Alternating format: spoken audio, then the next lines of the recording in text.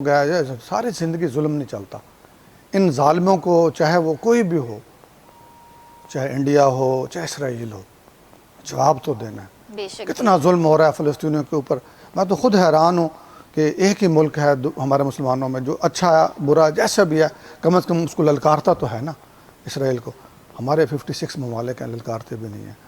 کشمیر کے اوپر بھی یہی ہے کہ ہمارے وہ ساتھی، وہ ہمارے اسلامی ممالک جن سے ہمیں توقع تھی کہ ہمارا ساتھ دیں گے، وہ ہمارا ساتھ نہیں دیتے. اس کی مین وجہ یہی ہے کہ ان کے اپنے مفادات ہیں، اور اس دنیا میں آج کے دور میں سگا بھائی بھی اپنے مفادات کے لیے سگے بھائی سے لڑ پڑتا ہے. صحیح بات ہے.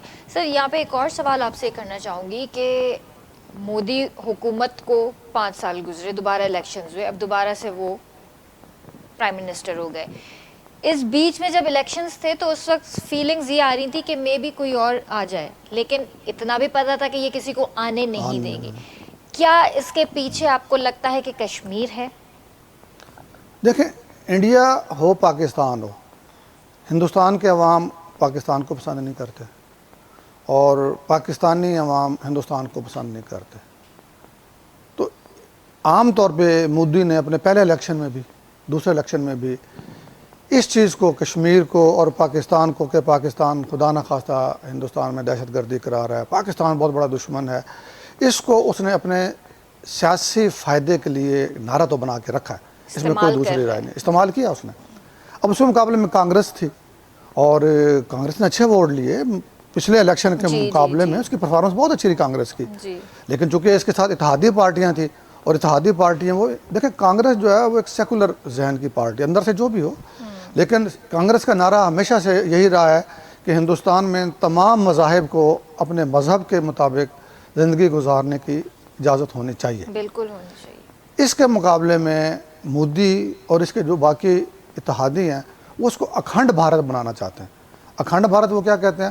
اکھنڈ بھارت وہ کہتے ہیں کہ چونکہ مسلمان برِ صغیر میں باہر سے آئے، عرب ممالک سے آئے، کچھ سینٹرل ایشین اسٹیٹ سے آئے، جیسے ہمارے بزرگ آئے ہیں کافی سارے، تو انہوں نے آ کے ہماری مقامی ہندو آبادی کو کنورٹ کیا اسلام میں.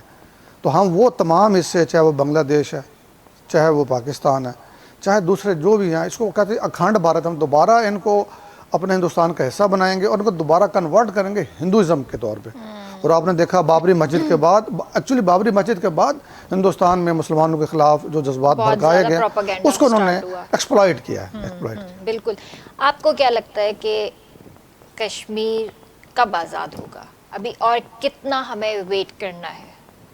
دیکھیں، اس کا تو اللہ تعالیٰ کو پتہ ہوگا، غیب کا علم اللہ تعالیٰ کو پتہ ہے. لیکن جس انداز سے کشمیریوں نے قربانیاں دی ہیں، جس انداز سے آپ دیکھیں آج کا بنگلہ دیش میں، آپ کو پتہ چل گیا بنگلہ دیش میں کیا ہوا. وہ ان کے نوجوان تھے، سٹوڈنٹس تھے، سڑکوں پہ آئے 1-2 دن. تو انڈیا کا صرف فائدہ یہ ہے کہ انڈیا کشمیر چونکہ ایک سائڈ پہ ہے تو ان کا انٹرنیٹ بند کر دیتا ہے، دنیا کو پتہ نہیں چلتا. اچھا، دنیا کو پتہ بھی چلے تو جان بوجھ کے اس کی وہ کوریج نہیں کرتے. ان کا، جیسے میں نے شروع میں کہا کہ ان کا مالی فائدہ انڈیا کے اندر ہے، ان کا مالی فائدہ نہ تو کشمیر کے اندر ہے. یہ انسانی حقوق کی جو بات ہوتی ہے نا، یہ صرف وہی پہ ہوتی ہے جہاں پہ ان لوگوں کے، اپنے لوگوں کے اوپر کوئی پرابلم ہو رہا تھا. باقی ہمارے مسلمانوں کے لیے تو کوئی انسانی حقوق نہیں ہوتا. ہم تو انسان ہی نہیں ہیں. جیسے ہم نے کہا کیڑوں مکوڑوں کی طرح مار رہے ہیں، انڈین مار رہے ہیں. لیکن جیسے میں نے کہا کہ اللہ تعالیٰ، ٹھیک ہے، انشاءاللہ بہت جلدی اللہ تعالیٰ کوئی ایسا معجزہ دکھائیں گے کہ خود بخود انڈیا ٹوٹے گا. خالی یہ نہیں ہے، ان کے اور بہت سے ممالک میں آزادی کی تحریکیں چل رہی ہیں، ناگالینڈ میں ہیں، اور سے آسام میں ہیں، سکم میں ہیں. تو ایک نہ ایک دن، کب تک؟ ٹھیک ہے نا. اللہ تعالیٰ کا نظام ہے، ہر صبح کے بعد ہر صبح کے بعد رات ہوتی ہے، ہر رات کے بعد صبح ہوتی ہے. قوموں کی زندگی میں یہی ہوتا ہے کہ اچھے دن بھی آتے ہیں، برے دن بھی آتے ہیں. میرے خیال میں انڈیا کے جو اچھے دن تھے گزر گئے ہیں، انشاءاللہ بہت جلد، انشاءاللہ.